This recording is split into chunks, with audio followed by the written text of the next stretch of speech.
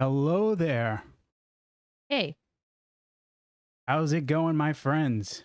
Welcome to Star Wars Transmissions. Your boy Dan, and with me, my lovely wife, Danny girl. How's it going, homegirl? good. How are you? Today was wild. Today was a wild freaking day. I'm excited Andor's drop, but man, what a wild day today was. Pretty nuts. Yeah, really busy. But I'm happy that we could talk about Andor, share our thoughts, our opinions, break down each of the 3 episodes because, wow, there was a lot to break down and a lot to discuss in these 3 episodes. So before we start diving into things, if you have not watched Andor episodes 1, 2, or 3, get the hell out of here. What are you doing? We're going to be dropping spoilers left and right. So get those booty cheeks out of here. Go watch Andor and then come back and watch this stream. So there was a lot to like about this series. I got to watch it before you did. And when I was watching it, my first impression was, wow, this does not feel like a Star Wars show or anything Star Wars that we've seen thus far in the best possible way. Yeah, and I when I talked to you about it quickly, it wasn't even. I would say to me, it felt like a Star Wars, but more mature. Is I think how I put it earlier. Yeah, Because you can tell you're in the Star Wars galaxy, but man, it definitely has a different tone, different feel, way darker than I think what we've seen so far, and including Rogue absolutely. One. Absolutely. Yeah, I definitely feel like this series, these 3 episodes, feel even to some extent different than Rogue One. Rogue One was directed by Gareth Edwards and Tony Gilroy, who is, I think he's an executive producer for Andor. I don't know if he's the showrunner, but he has his hands all over this series. You could see some of the stuff from Rogue One, but it definitely has a different feel from Rogue One. It feels more gritty. It feels more dark in all the best ways.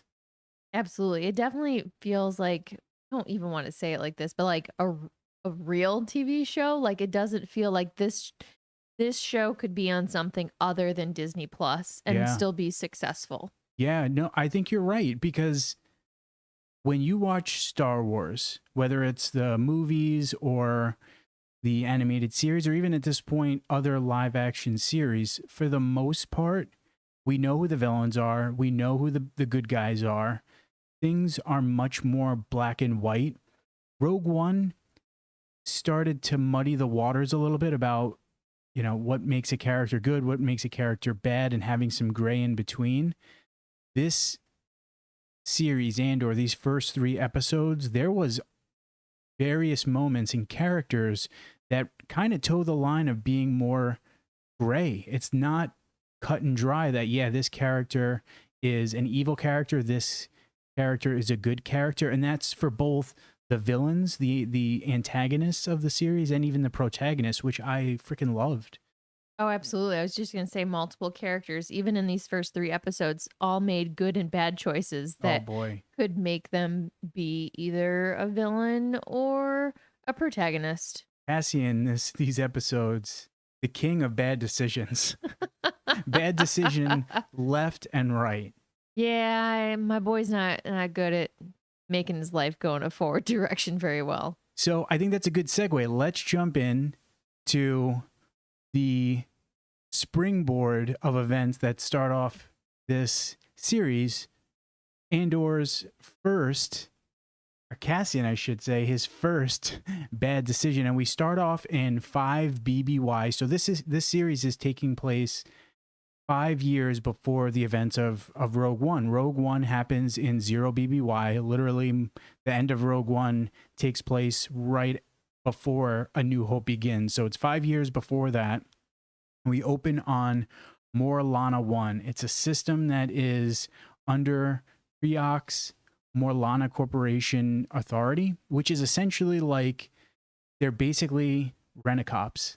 They are a corporate for-profit police force that the Empire has contracted to maintain Imperial peace and justice in this section of the galaxy. And we see Andor head to the red light district. So again, that grittiness that we have not seen in Star Wars before, right? We know this is a brothel that he goes to. The high-end brothel, a high-end brothel, right? I think there was a comment made about it being expensive. They don't outright state that it's a brothel, but very clearly a brothel, which again, something we've never seen before in Star Wars. Yeah, I have to say, so I watched the first 20 minutes or so of the first episode on a tablet in my car during lunch today. Oh boy, how was that experience for you? I'm very excited to actually be able to see what the scene was. Like, I made sure to turn the closed captionings on, and like I kind of saw it, but I'm like, oh, this looks really nice. I like how it's lit. I'm like, oh, this is how it was. It's a high-end brothel, baby. I know, it looks awesome, and also she looks fabulous. Those haircuts, just to chop off the top of your hair and get a flat top. I wasn't saying her outfit. Her outfit. Her outfit's pretty dope. But yeah, it's definitely one way to start a Star Wars series, jumping right into the brothel. Yeah, the red light district. Love it. And we find out that Cassian is here because he wants to find his sister, which we will learn more about in these in the future episodes. Essentially, Cassian and his sister wind up being separated from each other, and now he's on Morlana 1 looking for any information he can to be able to find his sister. And he's speaking to this woman. I don't know if she's like the madam, the head mistress of this brothel. Oh, the madam. Yeah.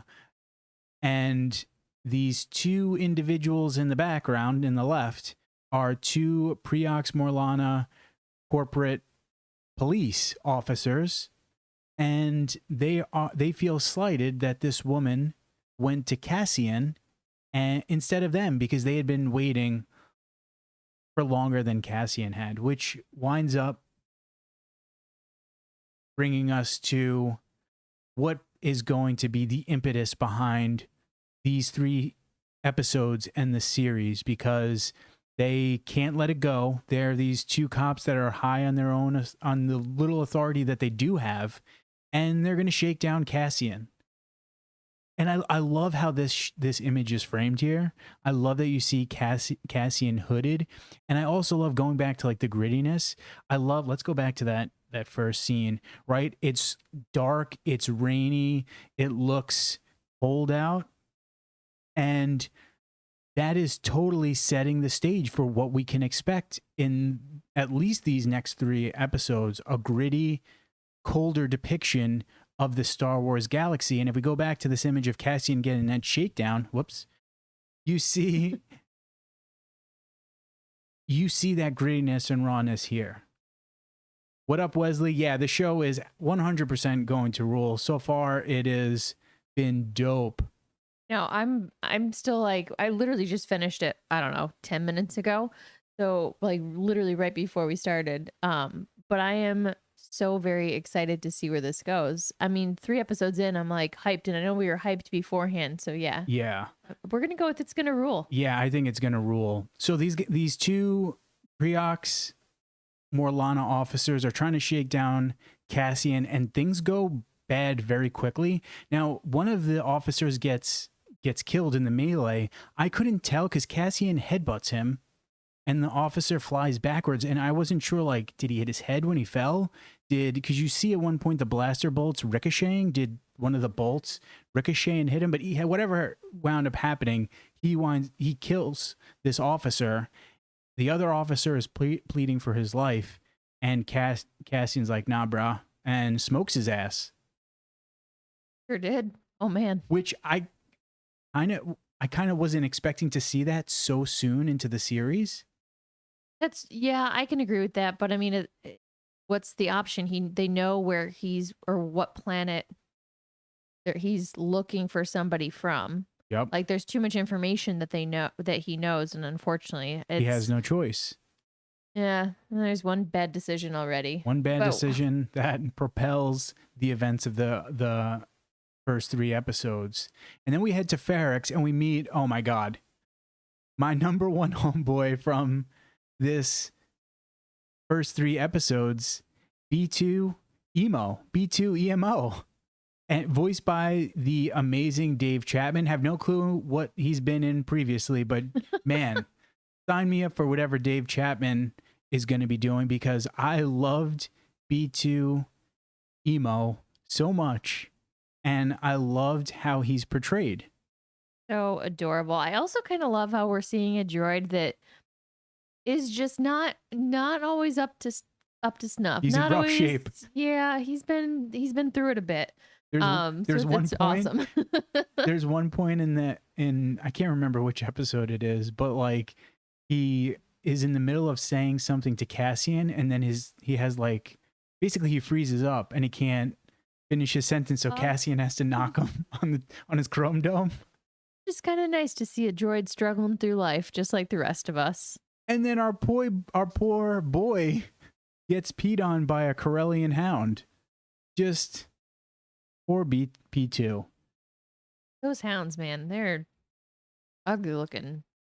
And then we come to Cassian essentially living out of a decommissioned ship in a scrapyard. And he's dreaming, or at least I took it as he was dreaming about his childhood. If not, we wound up seeing the first images of him as a child back on Kinhari? What's the name? Kinhari, thank you. With his sister here, and we see a starship come into atmosphere. It's going to crash land. At one point, I think it's in episode 3, I think Marva mentions it being a Republic starship, but I do not think so, and we'll talk about why I don't think so. But throughout these episodes... Oh, I thought it was the Republic was coming. Oh, never mind. Yeah, Republic was coming to clean it up, but yeah, I'm interested to hear your thoughts. Marva mentions the Republic is coming to clean it up, but also mentions in like the next sentence, essentially that it's a Republican ship or a Republic ship, and I could be wrong, but I thought that's what she said. And let me actually pull what I'm talking about.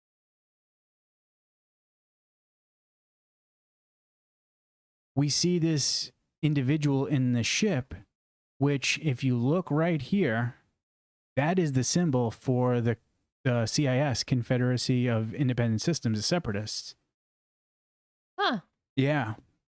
So I believe this is a Separatist ship. I have no clue what they're carrying, which we'll talk more about that later on as we progress. But yeah, I think it's a CIS ship that came down. I feel like I have so many questions on so many different things, which I guess is a good thing for them to make me want to keep watching. Absolutely. Absolutely. But, it's cool to get to see this story play out of Cassian as a young child as we're seeing the events in 5 BBY transpire, because they're essentially, to some extent, mirroring each other, which I love. That poetry that we see throughout Star Wars, just... so awesome. I also thought it was a choice to not translate at all what they were saying. Oh, I kind of loved that. Right? Like, I recently was reading about Rogue One, and essentially Rogue One, for several reasons, was called Rogue One because it was the first to do a bunch of different things that Lucasfilm had never done in any of its other movies. And I say this because these youngsters on Kinhari, we have no clue what they're saying. We can kind of get a gist of what they're saying from their body language and how they're speaking and how they're emoting, but for the most part, don't know what they're saying. Also, where are the adults? Are there any? Is this just a tribe of youngsters?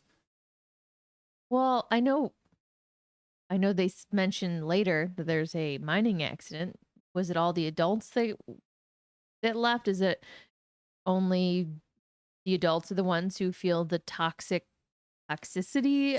The only thing is that I can't remember who says it, that Kenari had to be abandoned, I believe, because of an Imperial mining disaster. So Right. at this point, this is during the Republic era, because the Separatists ship and the Republic is coming. So the Empire's not in the picture yet. So whatever happens to the planet happens once the Empire comes into power. So are the adults mining? Like, where are the adults? Because it seems like at one point later in the episode, Cassian wants to go out with the group. And the older girl decides whether or not he can stay or go. So I have no clue if this is just a tribe of youngsters, Roman Kenari, or if there's adults that supervise them. My first thought when this scene started was like, oh my God, it's like Lord of the Flies. Yes, that's what I thought too. But I don't know. Maybe we see the mine. Maybe they're working in the mines. Yeah, that's true. Maybe I know the mining disaster happens afterwards, but maybe what they're mining or the planet they live on is still toxic to them. Yeah. Maybe the adults die off really young. I don't know. But interesting to see. Yeah, I was just so like, many questions. Supervised, non-supervised kids. And we see our homeboy B2 and Cassian trying to basically cover his tracks from what transpired last night. Oh. And I think he wants to have B2 lie for him. Yeah, that ain't gonna happen. And B2's like, I can't do it. But not gonna lie to Marva. Come on. Because we find out Brasso was looking for him, Marva was looking for him, and B2 is basically like, I can't lie. It's not in my program, bro. Look how beat up he is too. Aww. Or B2. So now, after Cassian finds out that Brasso had come to check on him, Cassian goes and speaks to him, and essentially what's happening here is Cassian is trying to set up his alibi so that he has a story for when the heat eventually comes down, because he knows there's going to be heat that's coming his way. So he's trying to get an alibi established, and Brasso is down for the cause. I was gonna say down to clown. But I also this is kind of the first time we see you can tell Andor gets himself into trouble, and this isn't his first rodeo, and whatever his relationships are with the people around him, he ends to he has people who are willing to help him out, and I just think that's hopefully going to be a testament to it will be a testament to his character in the long run. But I just found it so interesting that we have so many people who are willing to kind of bend over backwards and okay, let's go. That is an excellent point. And I love how these episodes help us understand Cassian. I feel like if all we got were these 3 episodes in Rogue One, I'd be like, holy crap, these 3 episodes do a fantastic job of setting up that character growth from where Cassian is in 5 BBY to where he's going to get when he is willing to sacrifice his life to help save the galaxy. And I agree with you completely. And we talked about this before, that you're seeing in these episodes how each of the choices Cassian makes when he has the free will to make a choice does not work out well. Mm-hmm. They're bad decisions. Things don't go well when he makes a decision. And then what we find out with him in his childhood is forces outside of his control basically set his future in motion and set his destiny, right, from when he was a kid, and then to the events in 5 ABY, all of these external events and forces that push him towards joining up with, in episode 3, Luthen Rail, which I think is just so great. And again, if all we got were these 3 episodes, I'd be like, holy crap, what a great way to show the growth of Cassian from 5 BBY to 0 BBY. Yeah. Fantastic storytelling. I'm gonna make a prediction right now. The first time we watch Rogue One after we watch this whole series, I'm gonna be a falling mess. Just It's just going to be a disaster.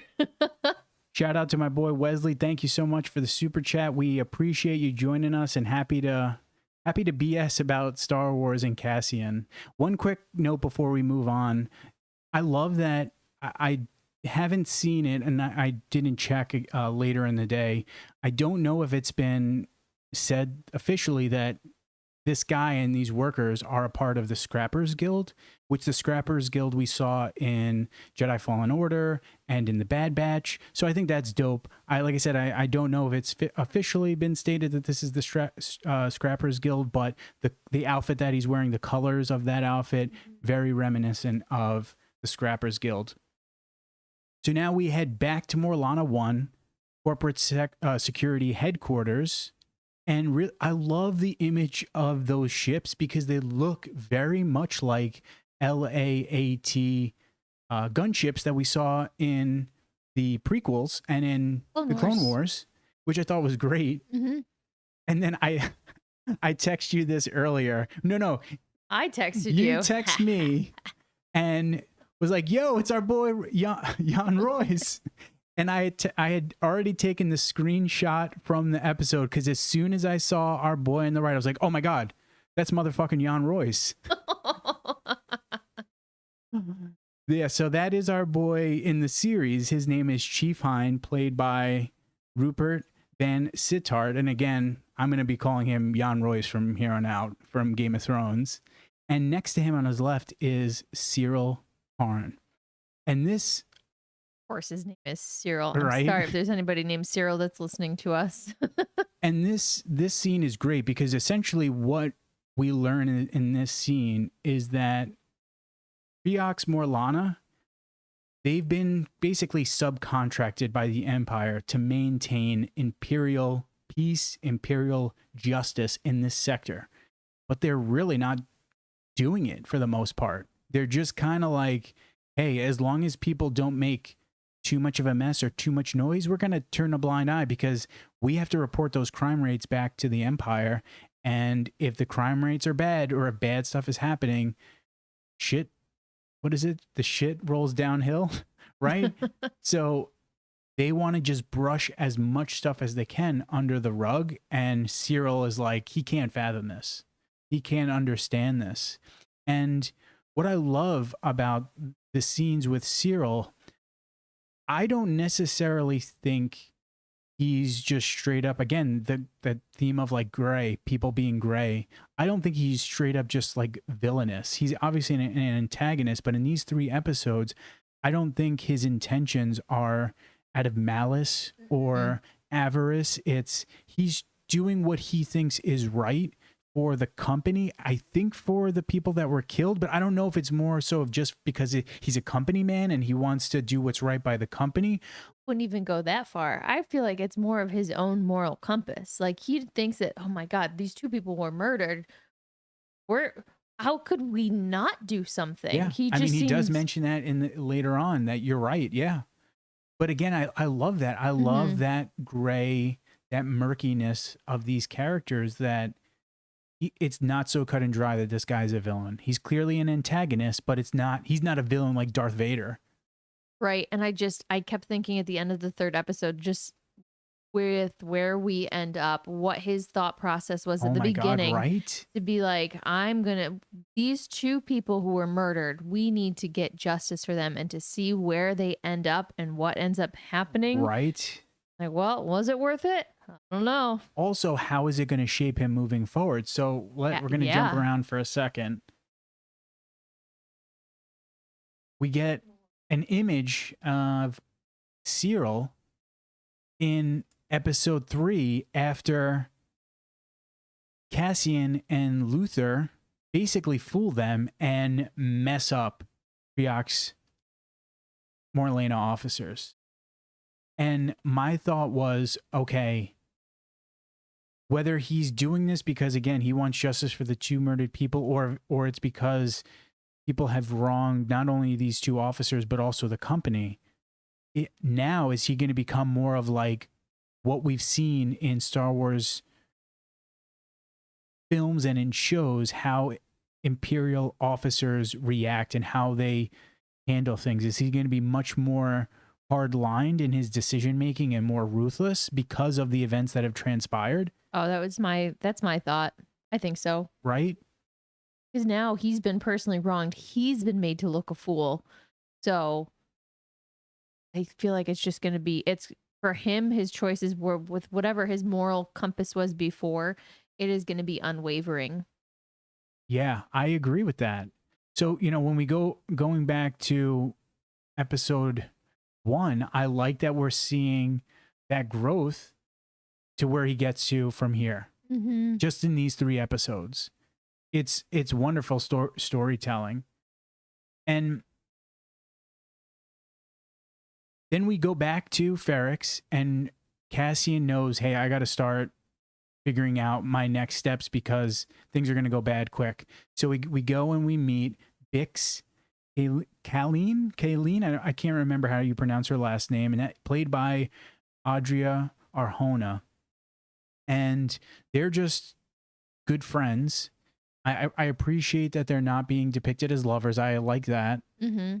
And she's essentially a scavenger, or something where she something sketch maybe is scamming people on Ferrix, or people that come to Ferrix, because we know that's something Cassian does, and maybe they work together, but she's doing something sketchy. And essentially when she comes into possession of things that she can offload, she contacts Luthien Rail. But she only does that when she has enough materials to bundle to him to make it worthwhile for him to come to Ferrix. Well, we find out that Cassian has something very, very valuable, and that one item will 100% draw Luthen, to Ferrix. And Cassian is saying, "Hey, you need to make this happen. I need to offload what I have." Yeah, it was very interesting to see how, I don't want to say frenzied, but just how Cassian knew he was in deep, and he needed to get out of there ASAP. And then we go back to Cassian on, how do you pronounce that planet's name? Kenari, I think. Yeah. I'll have to get used to that. And I really like that we're seeing here, helping us understand Cassian and his thought process and why he does the things that he does come 5 ABY and then 0 BBY. He does have a good heart. He does want to do good things. He wants to help out the people in his tribe, and he wants to mirror the leader of these youth, whether it's just them or there's adults, right? He wants to be a part of this group that's going to go out and search for this downed ship, and he wants to mimic the leader, because he wants to be a vital part of that tribe, which again, I love that we're getting to see that development and growth in Cassian, and helps us understand who he is in 5 BBY. Then we cut back to Cyril, and he's like, does not listen to our boy Jan Royce. Oh no, he was like, hell to the no. Jan Royce tells him, aka Chief Hind, tells him, listen, man, sweep it under the rug. But Cyril can't oblige that. So he goes and he finds out that a ship left Morlana 1. I think he said the transponder was off or something, and that's their first lead. Then from here, I loved this scene. This scene had me cracking up. So Cassian making terrible choices. I don't know what he did to this guy to basically scam him out of money, but we don't know. We'll never find out. I believe his name is Nurchi. Gave Cassian some kind of amount of money, and now he wants that money back from Cassian. And what does he do? He brings our boy, I think it was Verdi or Vetch. No, that's his name, Vetch. He brings his boy Vetch as muscle. And Cassian's like, for real, bro? Vetch, you serious right now, dog? And Vetch is just like there for the ride. Does nothing intimidating whatsoever. He just told me to stand here. It's fine.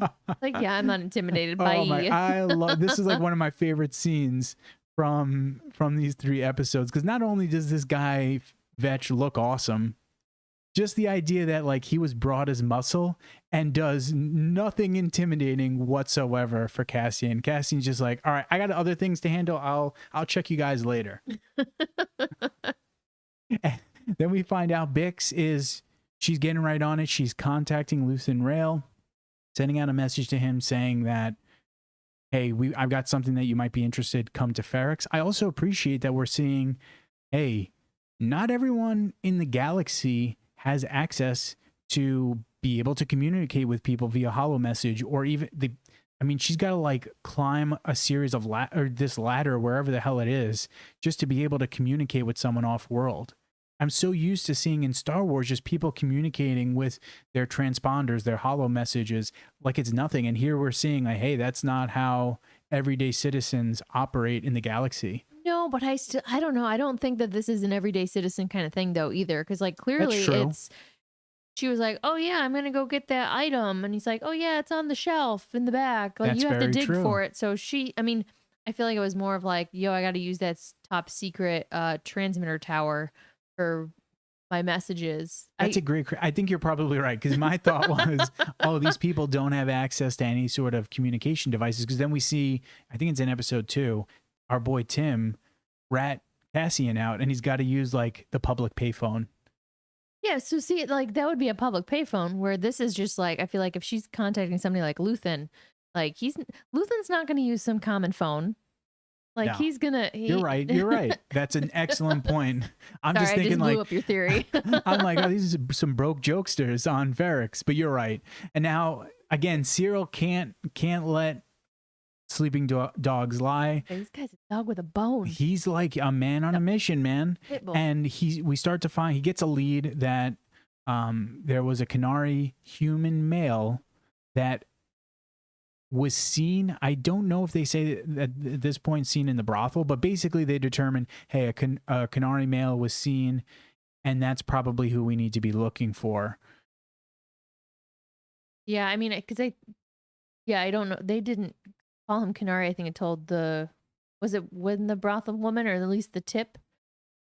Well, because at this point, they had mentioned one of the workers, I didn't take a screenshot of it, but one of the workers mentions that the census, it was an imperial census. And I think this is where we find out that the Empire destroyed the planet. But the census information was 6 years old. And Cyril makes a comment like, that's an eternity, like 6 years ago. So he wants them to get more up-to-date information, keep finding more leads. But again, even those three, going back to our boy Jan Royce and wanting to sweep things under the rug, you see these fools here they want no part of this. They don't really want to be doing police work, but Cyril is getting in their buns, making them do police work. And now Cassian, here we see him basically clearing the logs of the ship that he borrowed from his homeboy Pegla. And again, going back to his poor decision making, how many times has he borrowed a ship from Pegla or called in a favor or had him give him a favor, and Cassian didn't come through, didn't repay? Cassian makes a comment about, I'm leaving this ship better than how you had given it to me. And he's like, yeah, okay, because that's the Cassian way, right? So again, just showing that Cassian is essentially a crumb bum. He's a schlub right now. He is a schlub, but I still want to know, like, he has so many connections. He has so many people who are willing to put up with this. But again, I think that shows that, like, yeah, he's a schlub, but he's someone that's beloved by the people on this planet and in this city that he lives in, which helps him have at least a heart. Yeah, absolutely. Even though he's a schlub, yeah, he did murder 2 people, but he's not the worst person in the world. More scenes of Cassian here. And at this point, I think this is when we see him looking at the quarry from the mining that's happening on the planet, which was cool. Now we're into episode 2, and the episode opens with my homeboy having an awesome job. How dope would it be to be like, yeah, the worst part about the job would be getting up super early at the butt crack of dawn. But you know me, I love to drum on stuff. How great would it be to climb a tower and just start banging the hell out of like a bell? I mean, this was pretty cool. It actually reminded me, so where I went to college, they had a carillon, and they had like a class where people would come and play it at certain times of the day. So it just kind of reminded me of like having that bell tower or something. I don't Like- know if I'm familiar with that instrument. It's basically like a giant, best way to put it. It's like a giant piano with bells attached to Oh it. my God, that sounds awesome. So it's like has pegs on it that you have to like slam with your fists because they're so heavy. Oh my God. But it's, I mean, there's not that many people who can play it, but it just kind of reminded me of that of like, all right, well, we're going to play the bells when breakfast time or dinner time or like noon. That's dope. When I was watching, I was like, I want that guy's job. That's what I want to get paid to do in real life. Yo, what up, Dave? Thanks for joining the chat. The Force is with our boy. Well, it will be with our boy Cassian. And here we get Tim. What was his last name?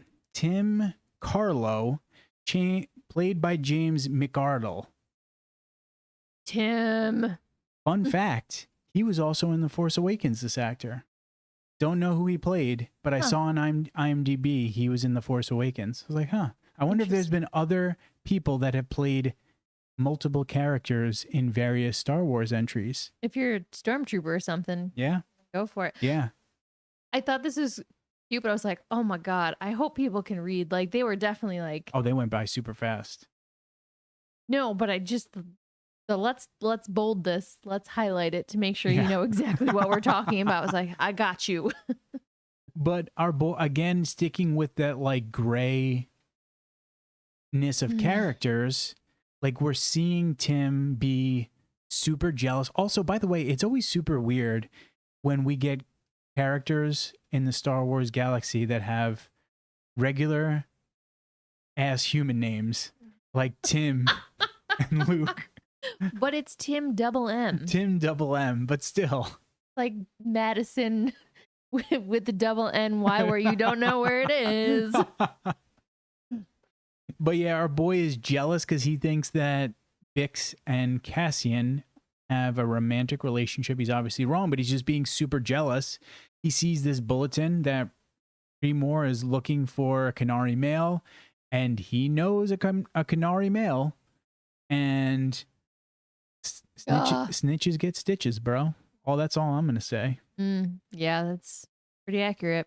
And then we meet Marva Andor, played by Fiona Shaw, aka, oh my God, what's the character's name from Harry Potter? She was his aunt. Is that her name? What's the schwanker in Harry Potter? Dudley. Dudley Dursley, Petunia Dursley. Ugh. And also Frickin' Killing Dudley. Eve. I can't think She's of her in name. Killing Eve? She is. I haven't watched that yet. It's the show on my list to watch. But poor B2 in the background does not want to tattle on Cassian or want him to get in trouble. But Marva knows there's a bulletin out for him. She makes poor B2 read the bulletin to Cassian, and B2 is like so sad as he's doing it.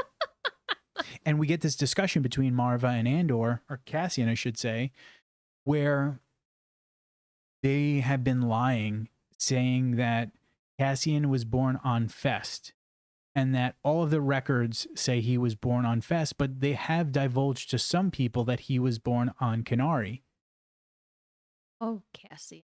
Which Asa.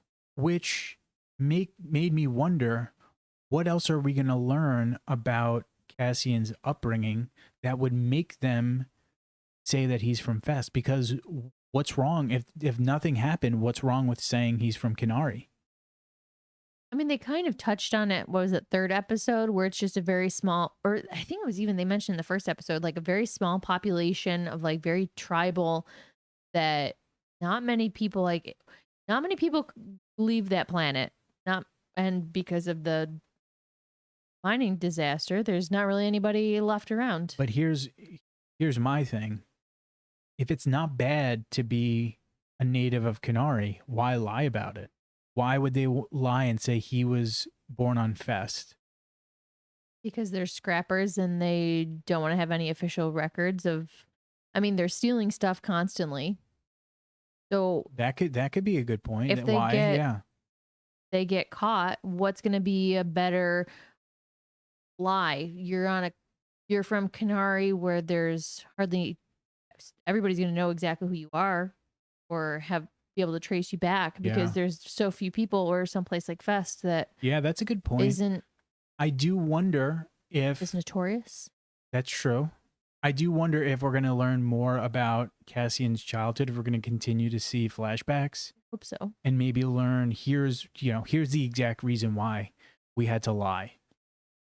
But now Cassian knows, all right, the authorities are on to me. I got to get out of here as quickly as possible. Forget selling what I have to your buyer.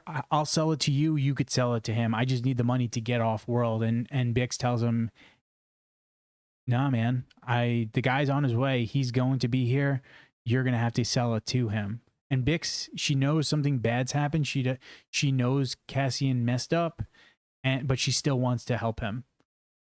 Also, of course, like the one time he's like trying to, I'm going to use the term intimate, but he's like trying to get emotion through. Of course, this is where stupid Tim sees. This schwanker. I know. He's spying on her, and this drunken buffoon goes and rats on Cassian, gives Premor the lead that, hey, your guy's here. I know a Canary male, and he's on Ferrix. So that's when Cyril and company learn that they're looking for Cassian Andor. Dog with a bone. He is just fixated. That really old picture. Cassian looks young. Definitely. I wonder how old he's supposed to be there. And then we meet Sergeant Linus Mosk, played by Alex Burns. And this is a character that I would argue is not, there is no gray here. This is a straight up black and white villain. You see him basically applauding Cyril for not bowing to his superior, succumbing to his superior's wishes to just bury this under the rug. And he even makes a comment to Cyril that, hey, we need to bring a force to Ferrix because, it's like a blade. We need to keep that blade sharp. Yeah, he's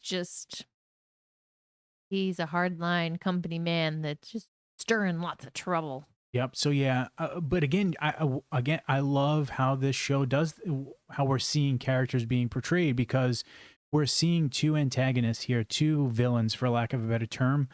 One that is more hardline, and one where there's kind of ambiguity in terms of why they are doing the things that they do, the impetuses behind their decision making. And I really appreciate that. I appreciate that we're seeing that difference in these two characters.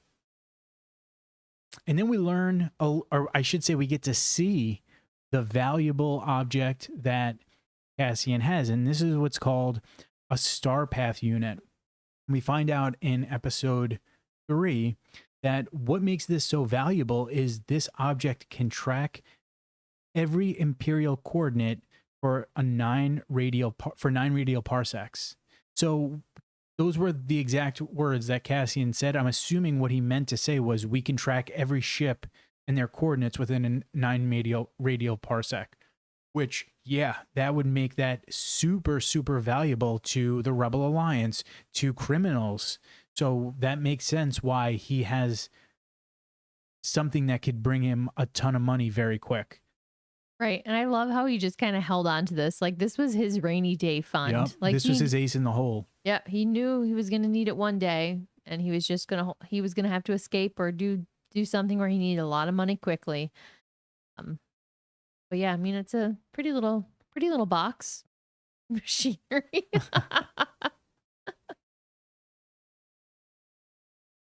Oh boy, hold on one second. There we go. Get rid of that. Oh. So yeah, once Luthen comes to Ferrix, that's when he gives the information dump about the Star Path unit. But I think it's cool.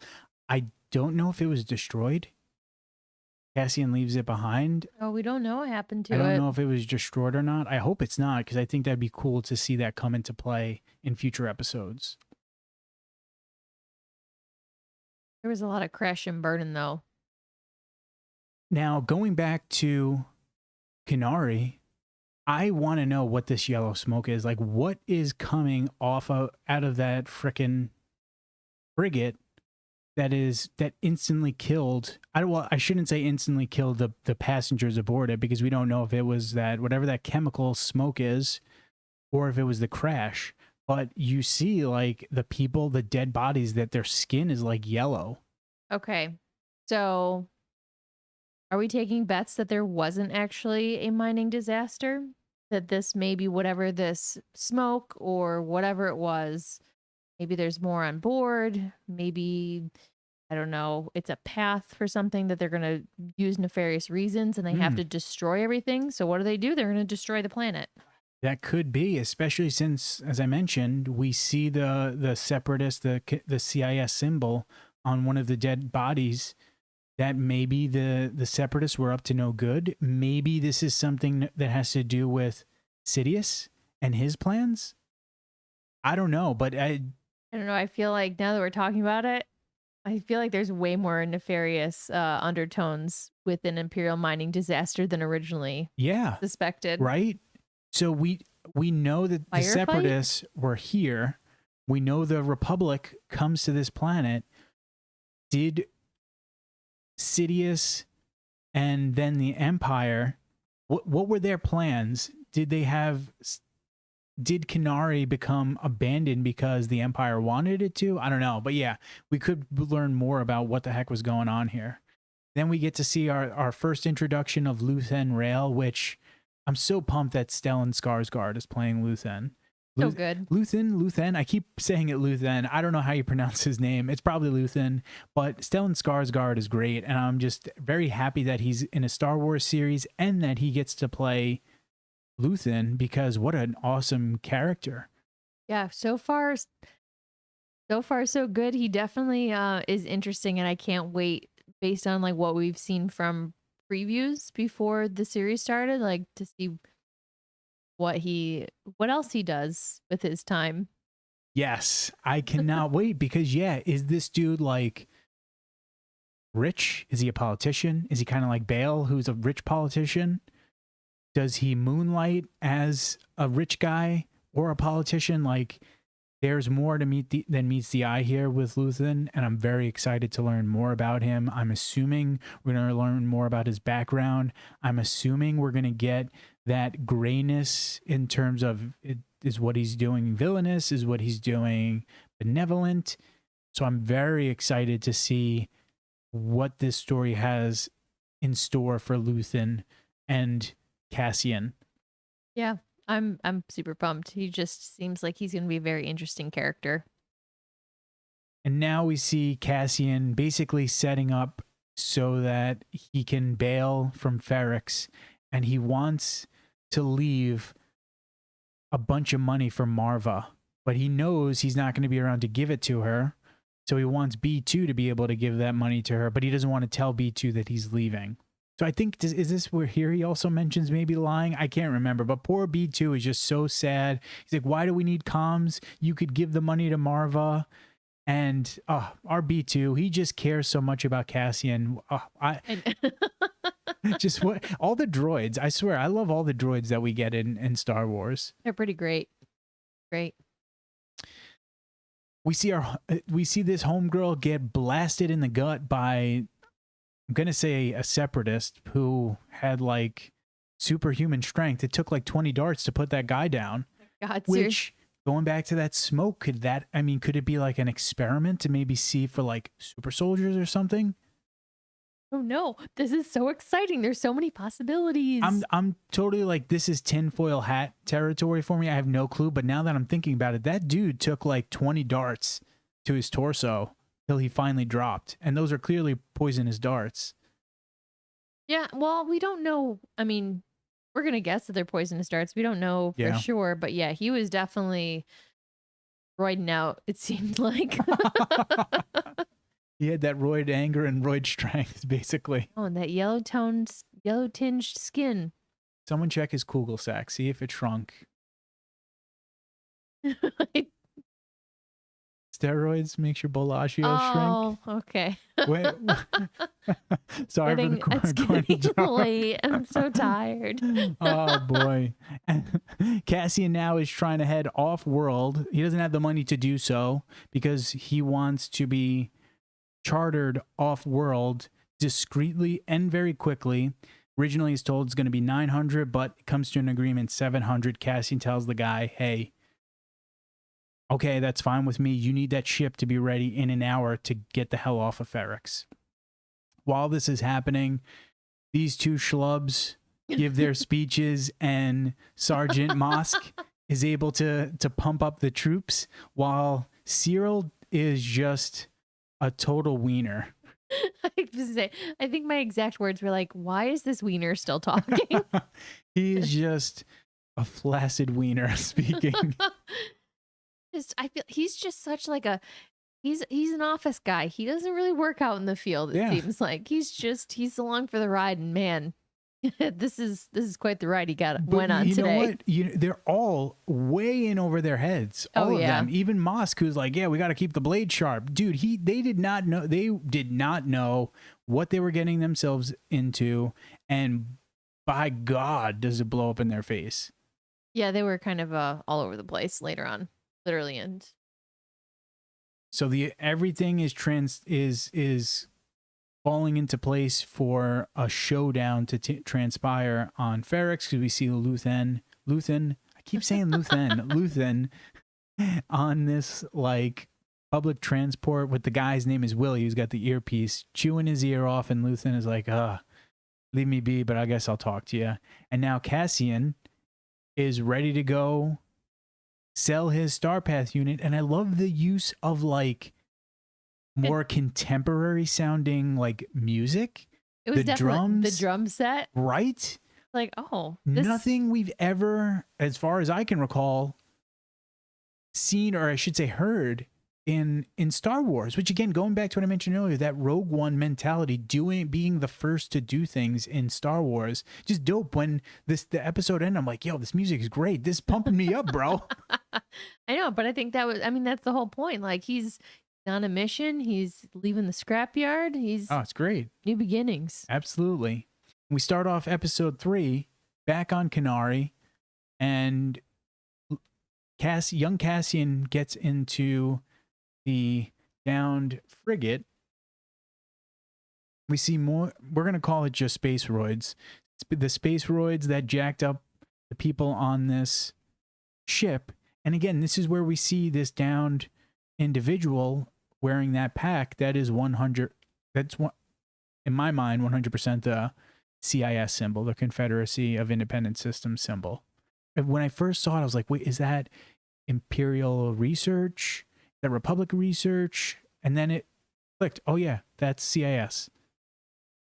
So my thought is we may find out more about this. I think that'd be cool to find out what the heck this ship was doing before it crash landed on Kenari. Cassian then goes and speaks to his homeboy Brasso in the Scrappers Guild and says, Brom, I'm leaving. I'm leaving money from Marva. Tell her to put the heat on. She can afford it. Take care of her for me. And I've got the money I'm going to have the money that I owe you. Which, yeah, it was a bummer. Right? Poor Marva, sitting in the cold. I know. She's a tough old gal, though. But I just thought that was so sweet. He's like, just make sure her heat is on. I know, right? So Luthen, for like the 20th time of me calling him Luthen meets up with Bix, and he's like, yeah, all right, so Remor is here. They're looking for a Kenari male. They didn't specifically state Cassian's name. We're all right, although we know they're looking for Cassian. But I love just that calm and cool demeanor of Luthen basically being like, listen, they got some information. They don't got all of it. We're fine. Yeah, I love how he had a comment to Bix. It was like, can you do this calmly, please? Or like, calm down. Like, calm down, brah. Relax. And then again, these ships that look very much like LAAT gunships, which I thought was dope. But it also made me think of like The Force Awakens, when we see the stormtroopers dropping down from the Star Destroyer onto Jakku. But again, just how they were so underprepared and way in over their heads for what is about to transpire. They think they've got this in the bag. They're acting like their doo-doo does not stink. Their booty cheeks are about to get clapped. They're just, yeah, they were definitely over their head. I feel like just pompous. And this Yes. goes back to Cassian's comment in a Yes. couple minutes where he's talking about how, oh, well, the Empire, like, they don't think they stink anymore. Like, you can just walk in. They would never expect it would be me. I mean, that you're absolutely that arrogance that permeates the Empire and also their contractors, right? That we can do whatever we want. Their hubris that eventually leads to their downfall. Mm-hmm. Absolutely. And this is where we see how Cassian, I don't want to say how Marva came into possession of Cassian, but basically why Cassian is with Marva. She and another gentleman were scavenging that ship that crash landed on Kenari, which they got there very quick because I'm going to assume they were not natives of Kenari, but they got there very quick to go and scavenge from that downed frigate. I'm wondering if maybe they had like an idea that it was there. That's what I'm saying. Like maybe it was like a pathway of some kind. Like they knew the plans of where the ship was going, so they were following it. Did they have a hand in downing that ship? I don't know. Because what caused that ship to go down? I don't know. Dang, I just had that realization, brah. Yeah, I mean, it was a little bit of guilt. Is that why she helped him out? Well, it could be. That's a very good point. But I mean, even still, against his wishes, she knocks him out. She shoves a freaking needle into his neck and knocks him out. So again, that going back to what we discussed at the start of this stream, his choice being stripped away here. He has no choice. He's being forced to leave Kenari and basically become a ward of this woman. He was kidnapped. Human trafficked. Yeah, he was kidnapped. He had no choice, right? And when you juxtapose that to what's happening in 5 BBY, yeah, he had a choice. He didn't have to kill those 3 more officers, but he kind of was forced. His hand was forced. They were shaking him down. Things happened. Just see, again, showing how his choice and his agency being stripped of him. Yeah, no, absolutely. I mean, even if the first 2 more poor guy was an accident, he still did choose to kill the other one. So, oh, Andor. And Cyril, this schmuck, comes and is telling Marva that they've got a warrant for Cassian, and they're basically turning this house upside down. They don't care what they do to this house. They don't care that they're intimidating Marva, right? They want to find their man. They want to find Cassian. And poor B2 has to be the reason that they're able to find Cassian. Well, also Cassian, talking about another dumb decision. He takes a comm with him so that he could speak to B2, and you could see, I'm pretty sure that's the device in that guy's back pocket. He uses that to hone in on Cassian's comm. And that's how they're able to determine that Cassian is in that abandoned building or wherever it is. Jake the Train Guy, what's up, my man? Welcome to the chat. Thank you for joining us. Talking about our boy B2, and another more. I'm like, poor B2. This droid can't catch a break. I know, because you probably think like I was thinking like, oh my God, Cassian, shut up. Stop talking. I'm sure B2 is thinking the same exact thing, but it's not like that's not gonna happen. Did you also notice how clean and pristine B2 looked in the flashbacks? Yes, I thought that was adorable. I loved it. B2 has taken a freaking beating. I mean, at this point, you probably figure it's been, 10, 15, Probably, yeah, 10 years, I would say. I think it's a safe assumption to say that was at least 10 years ago. So, all right, so this is 5 BBY. Order 66 took place in 19 BBY, so that's at least 4 years, right? 15 years? 5 years? 15 years? 27 years? I don't know. Math isn't always my strong suit. We're basically at roughly 15 years. In the flashback scene, we know it's the Republic era, so Order 66 has not happened yet. So we could that the bare minimum, it's 19 BBY that flashback is happening. It's at least 15 years prior, 14 years prior. All right, so B2's been through it a bit. He's been through some shit. But then again, so is everybody else. Yeah, absolutely. And so now Cassian meets up with Luthen. They are both trying to feel each other out. Cassian doesn't know who this dude is, but we learn that the real reason Luthen has traveled all this way, yeah, that Starpath unit is valuable because, again, it can trace Imperial coordinates for 9 parsecs. But what's more valuable to him is the fact that someone was able to steal a pristine Starpath unit. That's not something that's easily done. And to your point earlier, right? Cassian explains to him, because he tells him, hey, I'm going to buy this for you for however much, but for an extra $1,000, tell me how you got this. And he tells Luthen, they wouldn't expect me to just come and trots into their house and take this from them. I mean, that just shows you the cojones that Cassian has on him. And this is when Luthen's like, all right, bro, come with me because you have the cojones to do this spy life. Now you really don't have an option. Yes. While this is all transpiring, Bix learns that this has all happened because of Tim. And obviously she feels betrayed by this, and rightfully so. Yeah, I'm pretty sure in the first episode, she literally was like, yeah, I trust him. Or what she said something like, she was like, oh yeah, he wouldn't do anything. He wouldn't betray me. Yep. Comes back to bite her and him, which is a bummer. Yeah. But things escalate. And as things start to escalate, we see that communal spirit within the people of Ferrix, because they're trying to help Cassian, which again, I mentioned this earlier to you. The townspeople are banging on these metal objects to make noise and to basically alert Cassian that, and the other citizens of this planet or this town, that the Pre-Mor officers are here. They are causing trouble. Basically, everyone needs to be aware.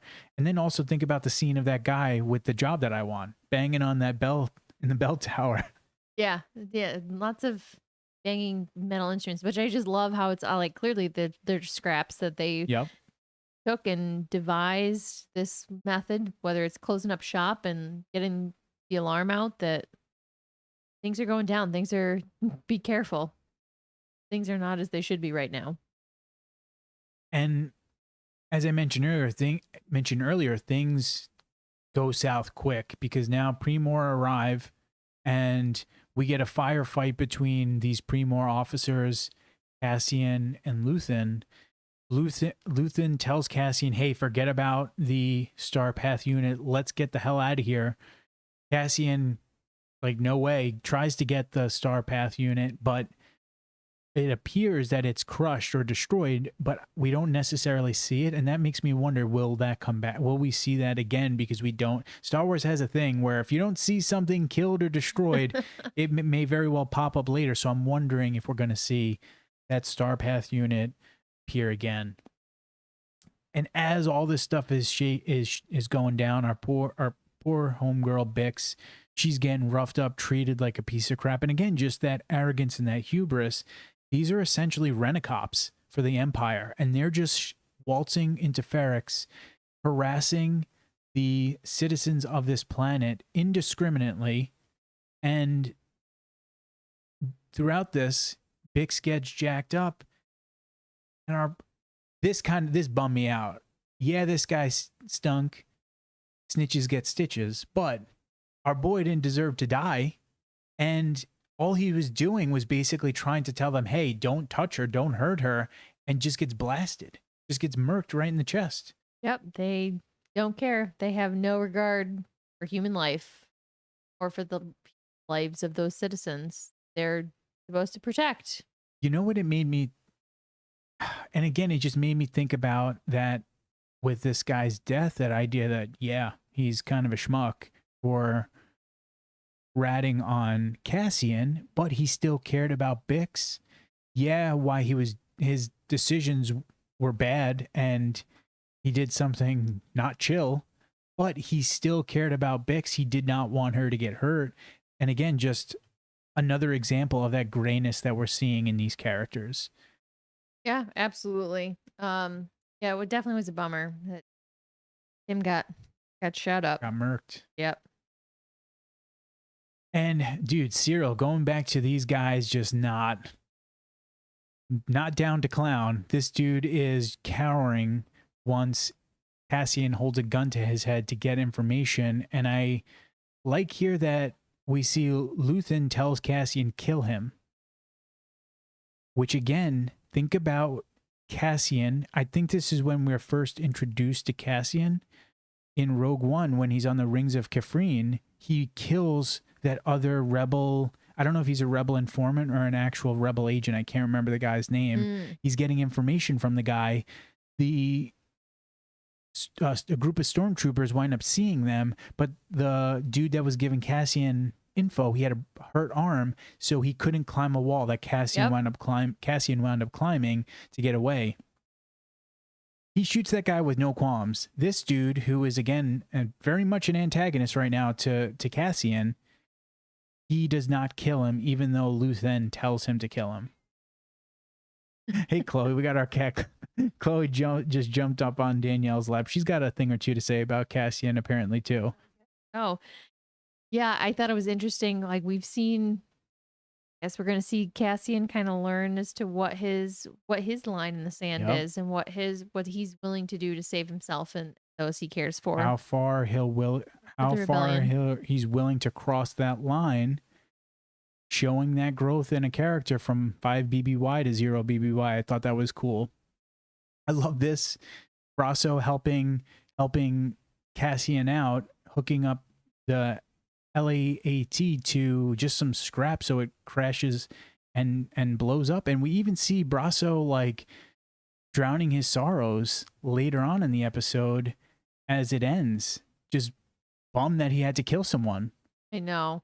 Do you know, I didn't catch this, but this would be a quick watch. Was this guy getting help? Was he just running away? What was your take on this? I don't, now that you mention it, I don't know if it was explained. My thought would be getting help. That would be my thought. I don't know. He was out there in quite a hurry. Was he trying to bail? I don't know. That's why I'm asking. I was just kind of like, sure. The Rent-A-Cops are not, I don't know. Just a thought. And I love this, that because Cassian, once they find out how many Pre-Mor officers are here, Cassian asks Luthen, hey, do you still have those charges? And they use those charges, they rig them to a speeder, and they blow these Pre-Mor officers to smithereens. And, you know, we talked about this earlier, how this is going to springboard Syril in future episodes to probably be more hardlined, would be my thought. Oh, yeah, he's got egg on his face. Yeah.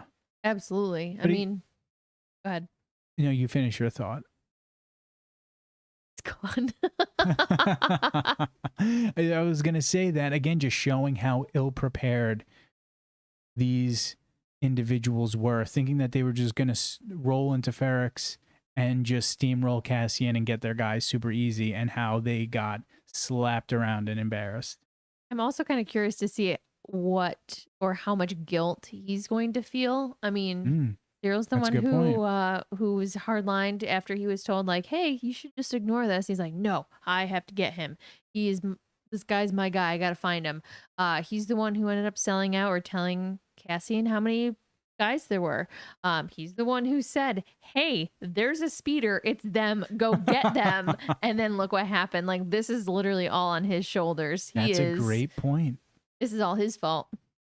Well, no, but I'm kind of curious to see how much how guilty he's gonna be. All of his choices blowing up in his face. Who does that remind us of?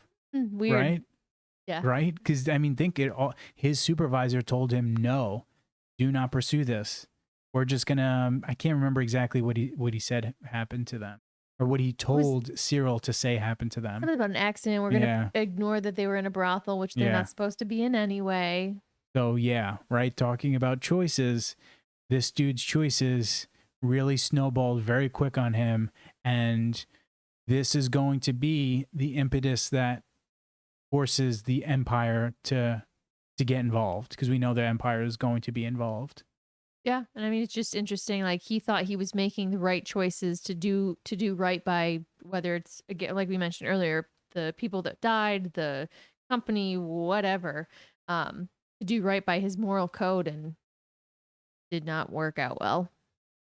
As this is happening, as Cyril has egg drip down his face, Cassian and Luthen speed off on a speeder bike.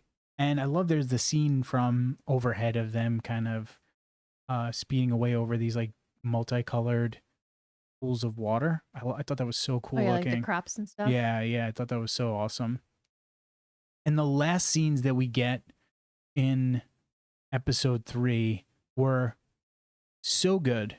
The music, you had mentioned this as you were watching these episodes, how great the music was to end the 3 episodes, and I agree. They were excellent.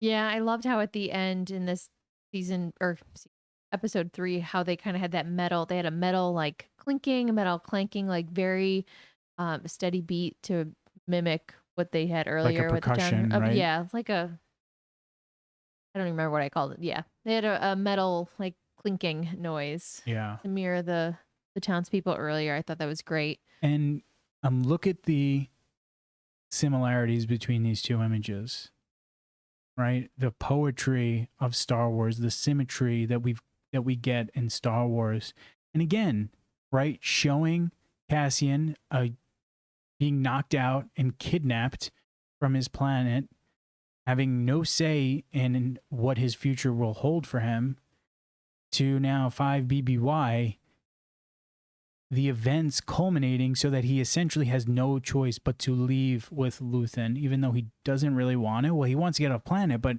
he doesn't know if he wants to go with Luthen. Right. Yeah, I mean, in both situations, he is kind of forced out by external forces, or kind of his hand is forced by external forces. And I had mentioned earlier, like kind of being reborn again. Like here's each time this happens, and with the sun in the background, I love this. Like this is his new future, his being reborn. I love that. That's such a great point. It's such a great point. And again, just that, George Lucas has said this before, it rhymes, these stories, their symmetry. I love that we're seeing this. And again, it really makes the sacrifice that Cassian makes in Rogue One, it makes it that much more baller, because again, we are seeing how in his life, the choices that he makes, how they're boneheaded choices, they're stupid choices. But there's also moments in his life where he doesn't get to say, he doesn't get to make a choice, and external forces are basically pushing him in a direction and he has no say whether or not to go in that direction. And then in the moments when he does get to choose in Rogue One, it saves the galaxy. I also just point out, so you have these two mirroring images. Sun is going up. What is the last scene that we see of Cassian in Rogue One? The explosion. Oh, yeah, the explosion. With the sun explosion, and it just overtakes him. Wow. That's a great point that I didn't even think about. Beginning and ends, Star Wars is so dope, bro. Star Wars is so dope. Tony Gilroy, hats off to Tony Gilroy, hats off to Diego Luna, hats off to everyone involved in the show. Man, we got a lot of show left, though. Yeah, we do. We do. I will say, though, this has not disappointed at all. Everything I read over the weekend, I've been really trying to avoid spoilers, but everything I read over the weekend was nothing but high praise for these 3 episodes. And it seemed like some people might have gotten to watch 4, depending upon who you were. Yeah, I think there were some screeners that went out. So some people depending upon how special they were, because we clearly are not. Maybe one day. We're just like you guys, just regular old schlubs watching Star Wars. But everything I've seen about this series so far has been nothing but positivity. And yeah, this to me was as fun as a Star Wars show can be, when there's no talk about the Force or laser swords. And again, as I mentioned, this to me felt nothing like a Star Wars story, even though it was set in the Star Wars universe, and very much had all the things that we recognize with Star Wars: blasters, droids, aliens, that sort of stuff. But this is probably as close as we're going to get to like an adult themed Star Wars story, and I'm here for it, baby. Yeah, I'm really excited. I was excited to watch these 3 episodes today. I think I'm more excited now to see where this story goes and what we're gonna learn and see him do. I'm so excited. Where are we gonna have time to do anything over the next like 2 months? We got this Lord of the Rings that we still haven't watched, House of the Dragon. The Yankees are closing in on the playoffs. Hockey's starting soon. Football already started, and then we got a billion other shows to watch. Jesus Christ, we're gonna be hermits. Weather's gonna get cold, and yes, we will become hermits. But oh my gosh, and Marvel stuff too. Oh yeah, She-Hulk. Man, that show is so fun. So fun. Bring on the haters. No, I love it. It's great. She-Hulk has been great. So I think that's a good place to leave it. Alrighty. Any final thoughts that we haven't said in the last hour plus of us yammering on? If this is a taste, not that, I mean, we both love Star Wars, but if this is a taste of some like new content and some new ideas and things that they might have planned, oh man, I'm pumped. Not everything is for everybody, but you know what? It's give me it all, and everybody's got a separate taste. Everybody's got different likes. I'm ready. In the words of my man Hoagie Head, aka Kiadi Mundi, I concur. Where's that? Oh man, Christmas. Got to get that. Christmas, yeah, I got my Hoagie Christmas Hoagie Head ornament. So with that, with my corny jokes out of the way, thank you guys for joining us. Thank you for watching. If you stuck around to hear us yammering on, thank you so much. Appreciate the love. If you have not, make sure to subscribe to Star Wars Transmissions. We'll be doing these live stream breakdowns each week, and I have started doing some live stream of me playing Halo. I might do maybe another night during the week. I might do some gaming live streams where we could probably keep talking about Andor and talk about some other Star Wars stuff, or even just talk about how much maybe I stink that night at Halo. So definitely subscribe to the YouTube channel if you have not, because that would be dope. Also, if you haven't, like this video. Let us know your thoughts on episodes 1, 2, and 3 of Andor down in the comments. I love hearing your thoughts.